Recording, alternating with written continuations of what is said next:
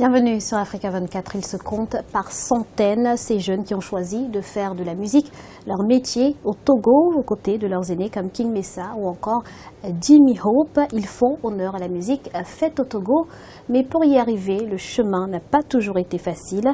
Pour aborder le monde musical togolais, ses gloires, ses échecs, mais aussi ses perspectives, nous recevons aujourd'hui dans ce décryptage un promoteur musical.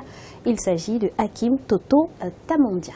Comment la musique togolaise a-t-elle pu se hisser au rang des musiques les plus écoutées en Afrique de l'Ouest? Je dirais que l'essor de la musique a apporté satisfaction et surtout joie. Satisfaction, pourquoi? Parce que c'est un travail de tous. C'est un travail qui a été démarré par la jeune génération en 2003.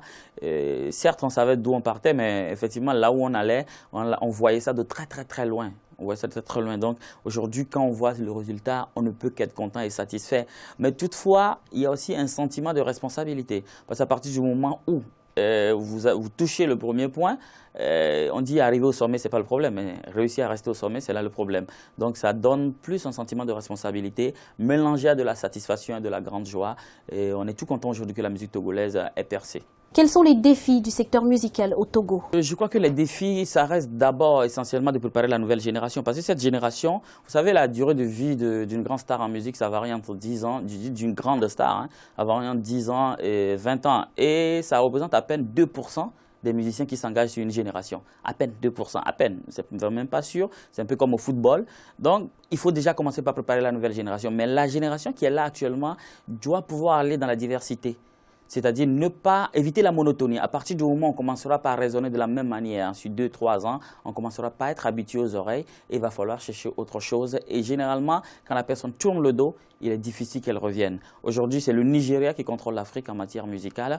Et si le Nigeria aussi n'arrive pas rapidement à revoir un peu, de temps en temps, c'est-à-dire à diversifier un peu les sonorités, ça risque de tomber dans la monotonie.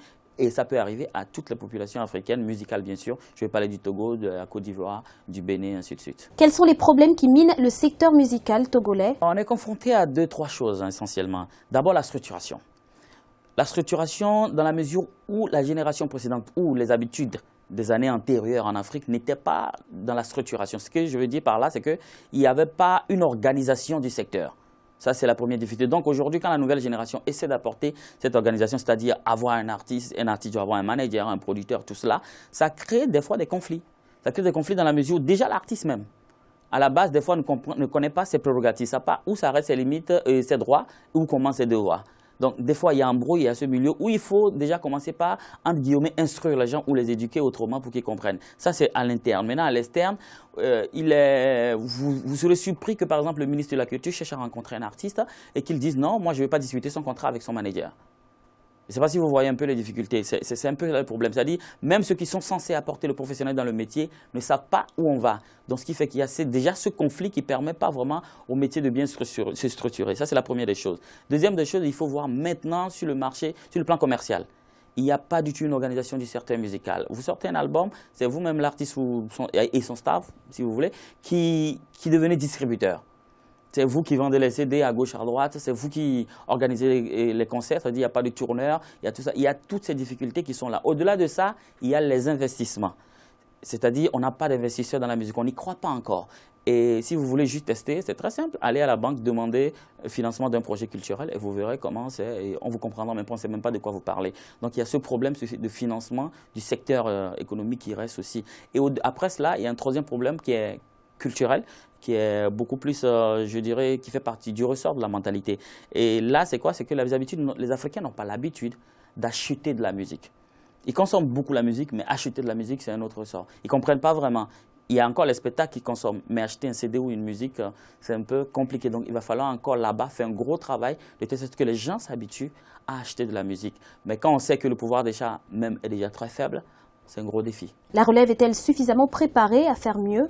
Oui, je crois que le don musical arrive tous les jours. Hein. Chaque fois qu'un enfant naît en Afrique, la première des choses qu'il fait, c'est qu'il pousse un gros cri. Et chez nous, aujourd'hui, on dit souvent en blaguant que l'enfant commence par chanter dès la naissance. Il y a cette génération qui est prête. Sauf qu'il faudra organiser cette génération. La génération togolaise qui est là aujourd'hui et qui a porté la musique à un niveau avec, bien sûr, en avance, ou devant, et Toufan, Omar By, Papou, Almog, tout ça. Cette jeune génération a été laissée à elle-même. Elle s'est battue toute seule pour arriver. Mais si nous voulons que la génération future aussi, qui est prête, qui est déjà là, qui frappe à la porte déjà, si cette génération soit dans les mêmes conditions, ça ne va pas donner. Il va falloir maintenant créer des organisations autour de la chose. Ce que j'appelle les organisations, c'est que ces artistes, déjà en venant, qui rentrent dans des moules bien tracés, où ils n'auront plus à avoir certaines difficultés. Je me rappelle qu'on avait commencé en 2003 dans ce pays, on n'avait pas de studio.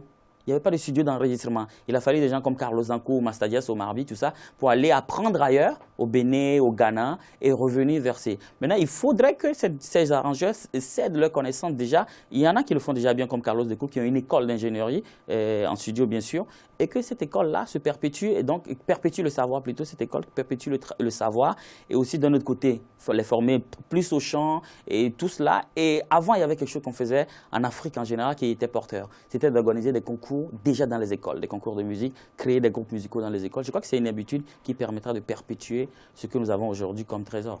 Les Africains écoutent-ils leur musique aujourd'hui? Je dirais, avec l'arrivée des médias privés dans la sphère musicale ou sur le marché médiatique africain, les Africains écoutent énormément leur musique. Vous n'avez qu'à faire un tour dans toutes les capitales, ne serait-ce que dans toutes les capitales, et rentrer dans les clubs, dans les bars, enfin partout où la musique se consomme, vous voyez que la majorité de ces musiques sont des musiques africaines, qu'on consomme sont des musiques africaines. Au point où il y a une part très très faible. Avant, par exemple, quand vous prenez à l'époque c'était des Walkman, quand vous prenez les Walkman d'un jeune, vous n'avez que de la musique française, du hip-hop français ou de la musique américaine. Mais aujourd'hui, à 80%, vous avez de la musique de chez nous. Au point où vous allez remarquer qu'il n'y a pas de stars naissantes du côté des États-Unis ou de la France qui arrivent à atterrir facilement en Afrique. Vous serez incapable de citer 10 pays, 10 stars de la musique française qui pourraient atterrir aujourd'hui en Afrique, dans les capitales francophones, pour remplir des salles.